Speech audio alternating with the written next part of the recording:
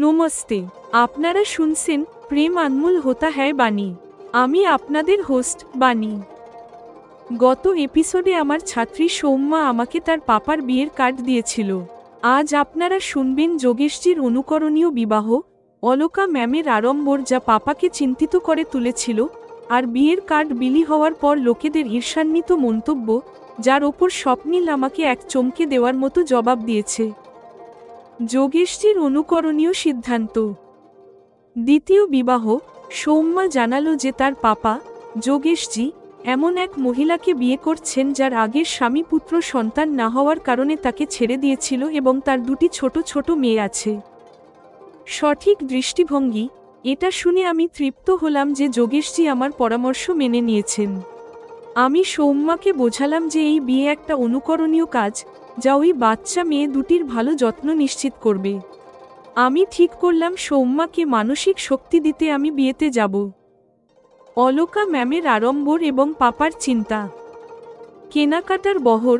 Alka ma'am আমাকে আর পাপাকে মলে নিয়ে যেতে থাকলেন এবং পোশাক আশাক থেকে শুরু করে পারফিউম পর্যন্ত অনেক দামি জিনিস কিনে দিলেন।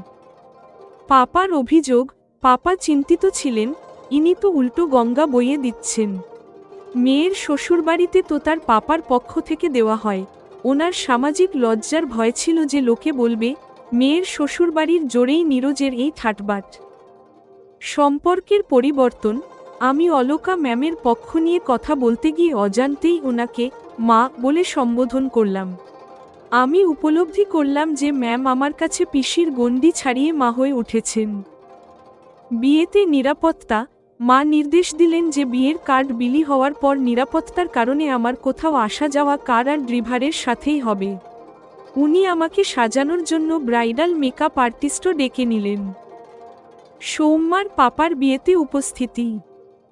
বুদ্ধিদীপ্ত নির্বাচন।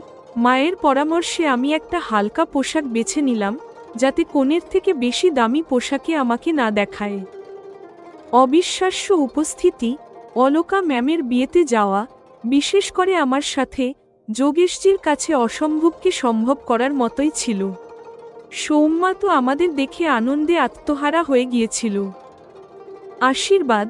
আমি আর মা বর কনেকে অভিনন্দন জানালাম আর সৌম্যাকে আশ্বস্ত করলাম যে আমি সব সময় ওর সাথে আছি। লোকনিন্দা এবং স্বপ্নিলের তীক্ষ্ণ রসিকতা। মন্তব্য। আমাদের বিয়ের খবর কার্ডের মাধ্যমে সবার কাছে পৌঁছাতে শুরু করল। যেখানে শুভাকাঙ্ক্ষীরা খুশি ছিল, সেখানে ঈর্ষান্বিত লোকেদের তীক্ষ্ণ মন্তব্য এল, এই বিয়ে তো অন্ধের হাতে তিতির পাওয়াকে সত্যি করার মতো। স্বপ্নিলের জবাব। আমি উদাস হয়ে এই কথা স্বপ্নিলকে বললাম। ও হো হো করে হেসে উঠল এবং বলল, বাণী, ভারতে সত্যিই খুব জ্ঞানী ধরনের লোক থাকে। ওরা তো ঠিকই বলছে। তীক্ষ্ণ প্রতিক্রিয়া। স্বপ্নিলের এই জবাবে আমি স্তম্ভিত হয়ে গেলাম। আমি রুক্ষ স্বরে বললাম, আপনার কথার মানে কি? আমি কি অন্ধ? আপনার কাছে এমনটা আশা করিনি। স্বপ্নিল কেন এমন বলল? ও কি সত্যিই আমাকে নিয়ে ঠাট্টা করছিল, নাকি ওর কথার পেছনে কোনো গভীর অর্থ লুকিয়ে আছে? সামাজিক লজ্জা, ঈর্ষার আঘাত এবং প্রেমে তিক্ততার মুখোমুখি হওয়া। প্রেম আনমোল হোতা হ্যায় বাণীতে আপনারা শুনবেন। এপিসোড 67। শাশুড়ি মায়ের আড়ম্বর, বিধবার পুনর্বিবাহ এবং অন্ধের হাতে তিতির। মন্তব্য। আপনার পাপা দ্বিতীয় বিয়ে করছেন, এতে আপনার খারাপ লাগছে না তো? আমি জিজ্ঞেস করেছি। যদি উনি এতেই নিজের আর আমাদের পরিবারের ভালো দেখেন, তবে সেটা ভালোই হবে। উনি বড় মানুষ, এই ধরনের বিষয়গুলো আমার থেকে ভালো বোঝেন। সৌম্যা খুব খুশি নয় ঠিকই, তবে দুঃখীও লাগছে না। আপনি কি আপনার নতুন মাকে দেখেছেন? এটা আমার কৌতূহল। হ্যাঁ, আমি ওনার সাথে দেখা করেছি। ওনার দুটি ছোট ছোট মেয়ে আছে। ওনার ছেলে হয়নি বলে আগের স্বামী ওনাকে ডিভোর্স দিয়েছিল, সৌম্যা জানালো। এটা তো খুব ভালো কথা। আপনার পাপা একটা অনুকরণীয় কাজ করছেন। এই বিয়ের মাধ্যমে ওই ছোট বাচ্চা দুটির ভালো যত্ন নিশ্চিত হবে। এই কার্ডটা কি আপনার পাপা আমাকে দিতে বলেছেন? আমি তৃপ্ত আর উৎসুক হলাম। শেষ পর্যন্ত যোগেশজি আমার পরামর্শ মেনে নিয়েছেন। না, পাপা কিছু বলেননি। আমি ওনার কাছে নিজের জন্য 3টি কার্ড চেয়েছিলাম। দুটি আমি আমার স্কুল আর ক্লাসে ইনভাইট করার জন্য ব্যবহার করেছি। তৃতীয়টি বিশেষ করে আপনার জন্য, ও জানালো। আমার মুখে ওর পাপার প্রশংসা শুনে ও খুশি হয়েছে। আমি সৌম্যাকে এই ঘটনাটা দেখার একটা সঠিক দৃষ্টিভঙ্গি দিতে চাই, যাতে ও নিজের নতুন মা আর ছোট বোন দুটির প্রতি কোনো পূর্বধারণা মনে না রাখে। সৌম্যা ইনভাইট না করলে আমার এই বিয়েতে যাওয়ার কোনো ইচ্ছে ছিল না। সৌম্যা আমার প্রিয় স্টুডেন্ট তো বটেই, তাছাড়া যবে থেকে ওর মা নেই তবে থেকে ও নিজেকে আমার মতোই ভাবতে শুরু করেছে। মায়ের না থাকার একাকিত্ব আমি সহ্য করেছি। ওকে মানসিকভাবে শক্ত করার চিন্তায় আমি ঠিক করেছি যে আমি ওর পাপার বিয়ের অনুষ্ঠানে যোগ দেব। তারপর টানা 1 সপ্তাহ আমাকে আর পাপাকে অলকা ম্যাম নিজের সাথে মলে নিয়ে যেতে থাকলেন। উনি ওনার হবু বৌমা অর্থাৎ আমাকে আর নিজের বেয়াই অর্থাৎ পাপাকে পোশাক আশাক থেকে শুরু করে পারফিউম পর্যন্ত অনেক জিনিস কিনে দিয়েছেন। উনি না বলে এটা নিশ্চিত করছেন যে বিয়ের অনুষ্ঠানে উপস্থিত অতিথিদের সামনে আমরা যেন কোথাও হীনমন্যতায় না ভুগি। আমার আত্মসম্মানী পাপা খুব বারণ করতে থাকলেন, কিন্তু উনি ওনার একটাও শুনলেন না। আমার জন্য কেনা গয়না আর দামি পোশাকগুলো আমি ম্যামকেই দিয়ে দিতাম। উনি আমার আশঙ্কা বুঝতে পেরে সেগুলাকে নিজের বাড়িতে রাখাই উচিত মনে করতেন। মল থেকে ফেরার পর একদিন পাপা খুব ব্যথিত হয়ে আছেন।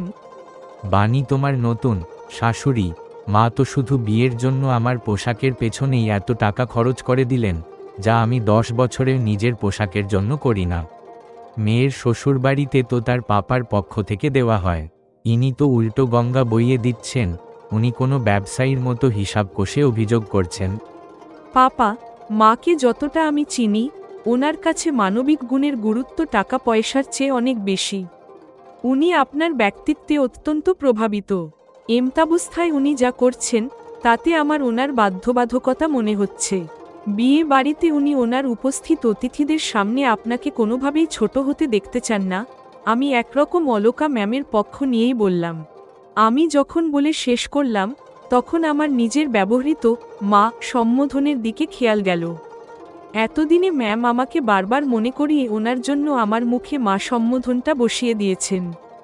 রাশিলের জন্য তো উনি পিসিই হলেন, কিন্তু আমার জন্য উনি তার থেকেও বেশি মা হয়ে উঠেছেন। সৌম্যা আমার এতই প্রিয় যে নিজের নতুন মায়ের চিন্তায় হঠাৎই আমার ওর কথা মনে পড়ে গেল। আমি ভাবতে লাগলাম, ইস, ওর পাপার বিয়েতে যে নতুন মা আসতে চলেছে সে যদি অলকা ম্যামের মতোই ভালো হয়। তখন পাপার গলার স্বরে আমার চিন্তার সুতো ছিঁড়ল। বিয়ের অনুষ্ঠানে আমাকে দামি পোশাকে দেখে আমাদের লোকজন না জানি কেমন কেমন কথা বলবে। মেয়ের শ্বশুরবাড়ির জোরে নীরজের এই ঠাটবাট, এটাই তো বলবে না। উনি ভেবে ভেবেই ব্যাকুল হয়ে উঠছেন। পাপা, যারা আমাদের শুভাকাঙ্ক্ষী তারা তো খুশিই হবে। যারা আমাদের হিংসে করে তাদের কথা ভেবে কেন আমরা নিজেদের সময় নষ্ট করব? আমি ওনাকে বোঝানোর চেষ্টা করছি, যদিও আমার আশা নেই যে এতে ওনার মনে শান্তি আসবে। তুমি যা বলছো সব ঠিক, কিন্তু মেয়ের বাবার সামাজিক সম্মানের দিকেও নজর রাখতে হয়। যাক গে ছাড়ো, লোকের তো কাজই বলা। আমিও তো অন্যদের সম্পর্কে অকারণে অনেক কিছু বলেছি নিশ্চয়ই। পাপা আত্মসমালোচনা করে এখন অনেকটাই শান্ত লাগছে। পরের দিন কলে আমি অলকা ম্যামকে বললাম, মা, 2 দিন পর আমি সৌম্যার পাপার বিয়ের অনুষ্ঠানে যাব। ও আমাকেও হয়তো এটার ইনভিটেশন কার্ড দিয়েছে। ওখানে যাওয়ার কোনো ইচ্ছে আমার ছিল না। এখন যখন তুমি যাচ্ছ তখন আমিও তোমার সাথেই যাব। এখন থেকে তোমার আসা যাওয়া কার এই হবে। তোমার আর স্বপ্নিলের বিয়ের কার্ড এসে গেছে, ওগুলো সবার মধ্যে বিলি হবে। এবার সবার কাছে তোমার নতুন পরিচয় তৈরি হতে চলেছে, তাই তোমাকে নিজের নিরাপত্তার খেয়াল রাখতে হবে। অলকা ম্যামের কথায় চিন্তা আর নির্দেশ দুইই মিশে আছে। হ্যাঁ মা, আমি বুঝেছি। আমার ছোট্ট জবাবে আমার আনন্দ স্পষ্ট। এখন থেকে তোমার জন্য একটা কার আর ড্রাইভার সব সময় থাকবে। কোথাও যাওয়ার আগে তোমাকে ড্রাইভারকে কল করতে হবে। সৌম্যার বাড়ি যাওয়ার দিন তুমি 2-3 ঘন্টা আগে আমার বাড়িতেই চলে এসো।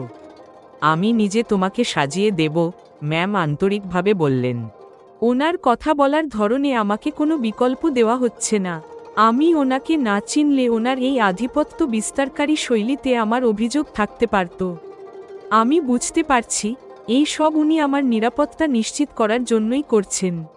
আমি 2 দিন পর মায়ের কথা মতো ঠিক সময়ে পৌঁছে গেছি। মা আমার সাজগোজের জন্য একজন ব্রাইডাল মেকআপ আর্টিস্টকে ডেকে রেখেছেন। মা আমার সামনে পোশাক আর গয়না রেখে দিলেন।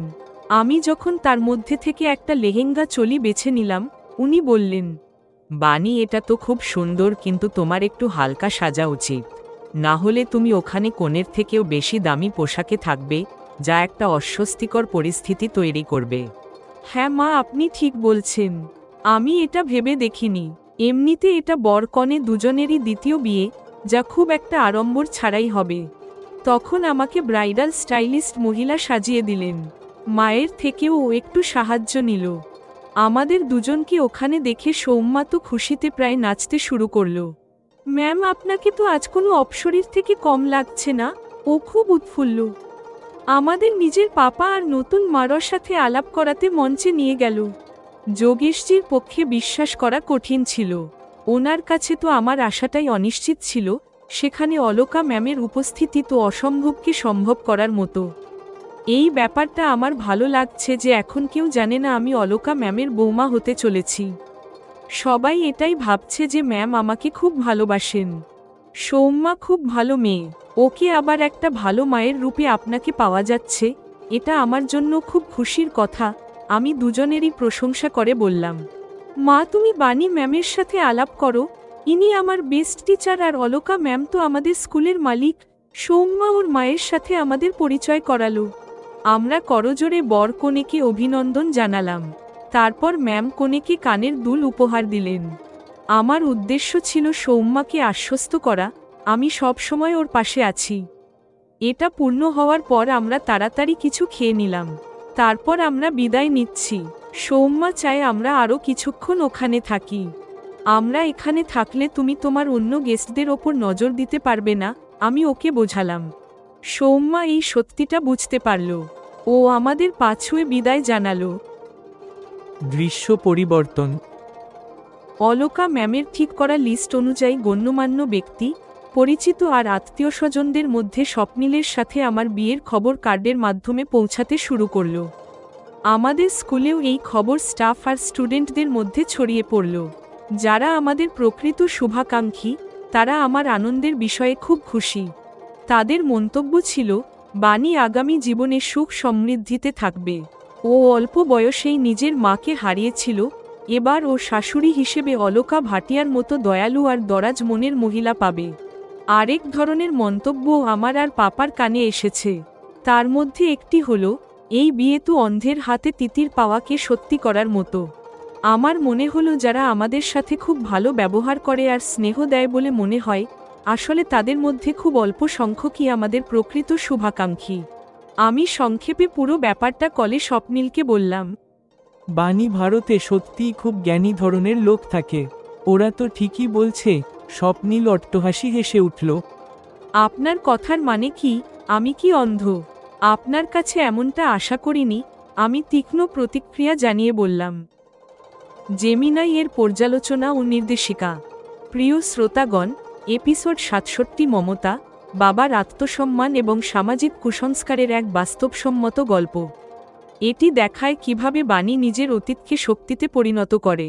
স্বপ্নিলের এই মন্তব্য কি বানির মনে ক্ষোভ তৈরি করবে? উত্তর জানতে পরের পর্বে চোখ রাখুন। এপিসোড ৬৭ সমাপ্ত।